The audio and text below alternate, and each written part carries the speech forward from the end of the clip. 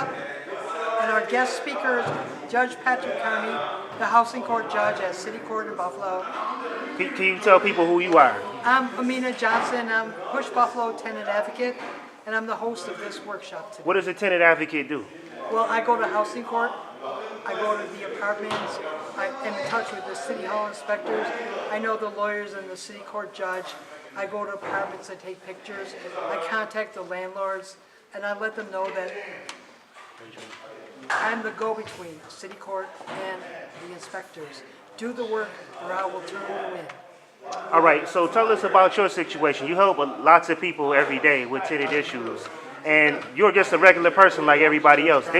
You're a tenant, right? Oh, yes, and you I had am. to deal with an issue. Can you tell us about that briefly? Oh yes, I deal with issues from landlords as well as the next person, so I have the experience, and I also want to say that I won against my landlord. She was suing us for $2,500, but it was dismissed, and she owes us $1,000.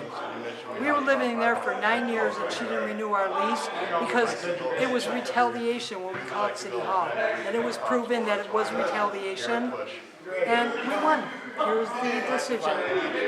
So what do you recommend when people are having trouble with their landlord? I know a lot of people are afraid, don't want to stir the pot. Well, I would say first and foremost, especially if you want to withhold your rent, don't do it without an attorney to guide you. And don't spend the rent. If you're withholding it, you need every dollar when you go to court, because money talks and you can negotiate.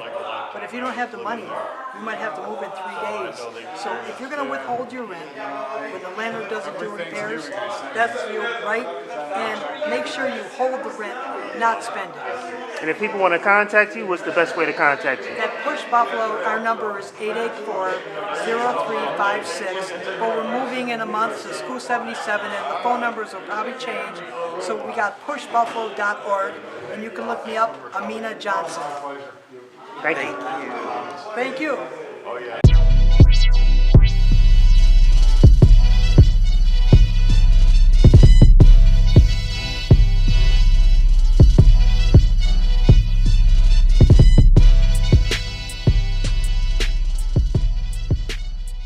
Would you mind stating your name and your position? Judge Patrick Carney, Housing Court Judge. Good to meet you.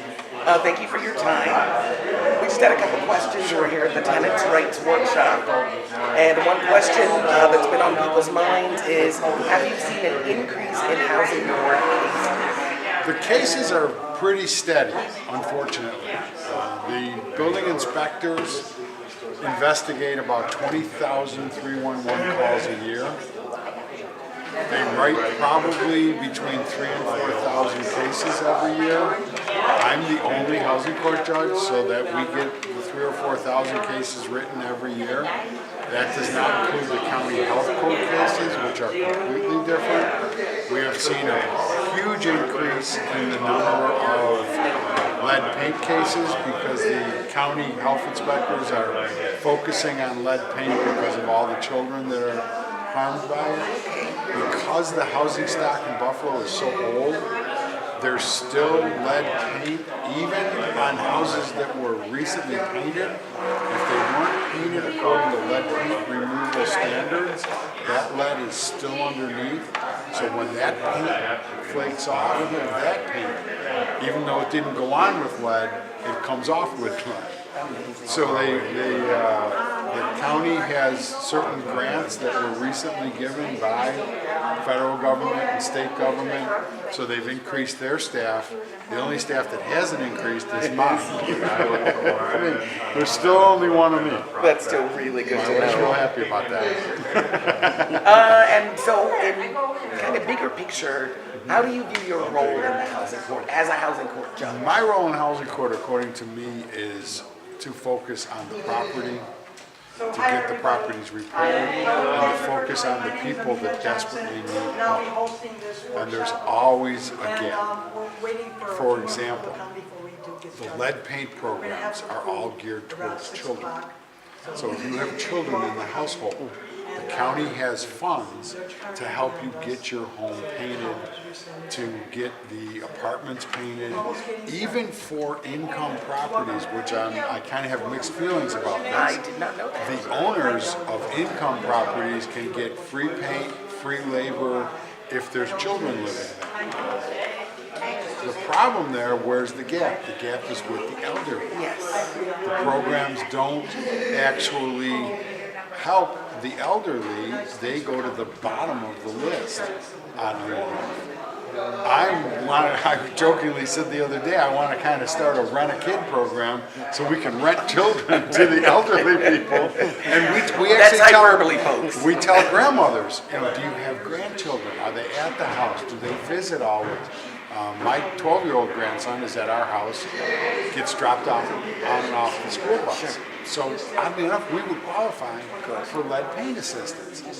So where there's not a front door, there's a back door. Where there's not a back door, I'll climb through a window. I just want to get the properties fixed.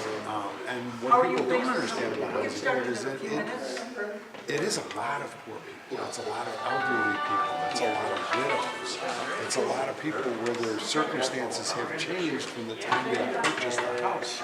The taxes are counted. The heat comes on the electric.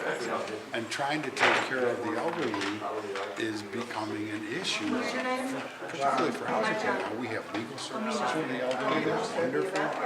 Sometimes the solution is to sell the house. Well, you try to tell an 85-year-old woman who raised her family there that she has to sell the house. She can't pay her heat bill. She can't pay her water bill. She's living on no income. I think they're building fires in the living room to stay warm. I don't know what they're doing, but we try to work with them. And those cases sometimes take years and years.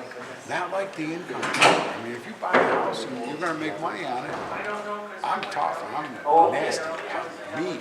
I fix the thing. Gotcha. I mean, I got elderly people and they come in, they bring us cookies, and they're just so happy that we're so patient. You're helping. Wait for the money to come. Wait for the money to come. It goes in cycles, as you know. Funding programs go in cycles. They run out. How fast does Push Buffalo run out of money every year? Well, that's actually kind of a related question because I work for Push Green. Okay. That does energy efficiency. Okay.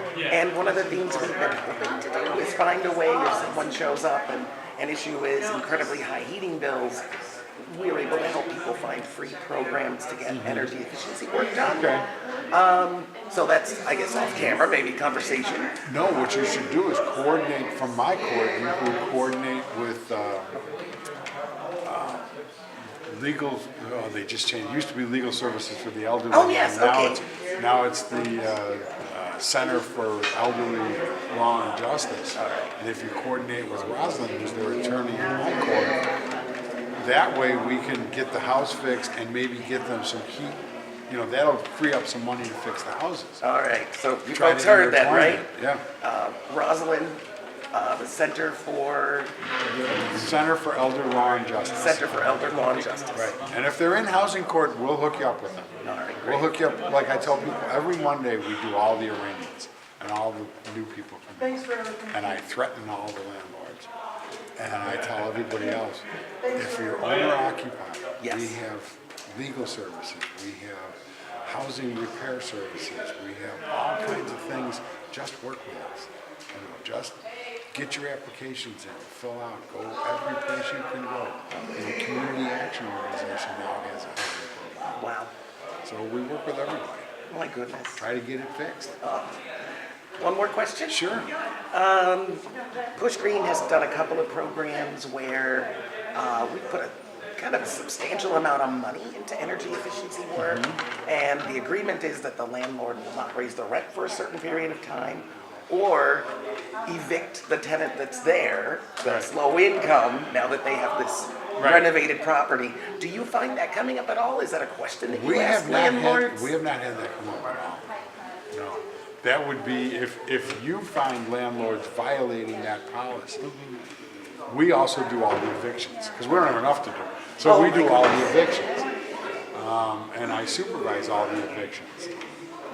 Two of my law clerks actually sit in the eviction part. So if there's an agreement to not evict and there's an eviction, you can send a representative to housing court and we will uphold that contract for you.